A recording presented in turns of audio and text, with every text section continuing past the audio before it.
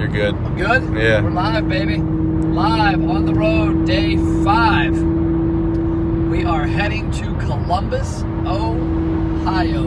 O-H-I-O. Home of the Ohio State Buckeyes. Just left Florence, Kentucky, where we interviewed our 8th, is that right? Eighth, yeah. Interviewed our 8th customer for the podcast, restaurant operator for the podcast. Actually, our 9th or 10th person, but the other 2 weren't for the podcast. Those are for a different piece of content Saturday. But we hit Mr. Michael Castleman, who owns Rapid Fire Pizza in Florence, Kentucky. He's a single unit owner. He's got a cool story. He's a former professional hockey player. And Maple Leafs, right? I think that's what he said. He was drafted by the Maple Leafs out of college. Had a cup of coffee in the majors. Played a lot of time in the minors and played overseas in Europe. And then came back to Cincinnati, where his wife's from, and landed on the idea of owning a franchise restaurant because his father is in the restaurant business in the franchise world in Canada. Cool story. One thing I took from him really hammered home the importance of being in your business.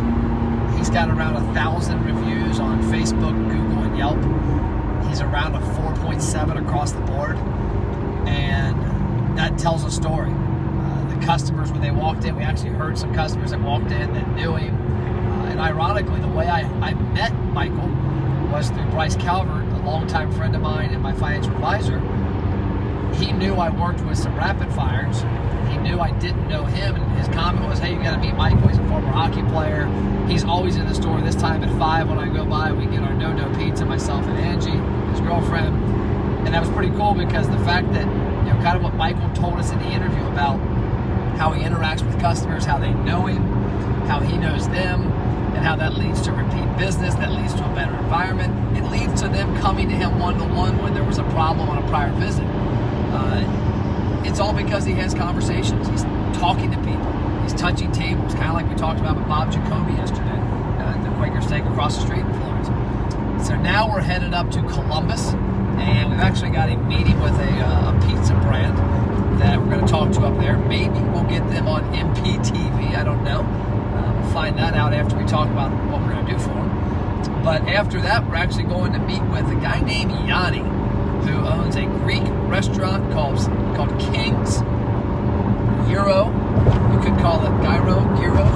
From what I understand, it's called Euro. That's what I've been told by my 2 friends, Christos and Spiros in Greece, that it's Euro. So we're going to head up to talk to him. He's a restaurant that we've known since about last May. And we're going to hear his story and find out what he's doing. I can tell you, I see his marketing that we do online, and it crushes it, and people love his brand. So I can't wait to really hear his story, see why he's crushing it, and get a deeper understanding of why customers love his brand. And then we're back home, and David, the man on the other side of the camera, flies back to Philadelphia, PA tomorrow. And then we hook back up, reconvene with our road trip in Vegas on the 26th of March in San Diego for 7 days for a great event. And then we're going to debut this MPTV thing March 31st. So stay tuned. We're going to hit Columbus. So that's all we got. See you later.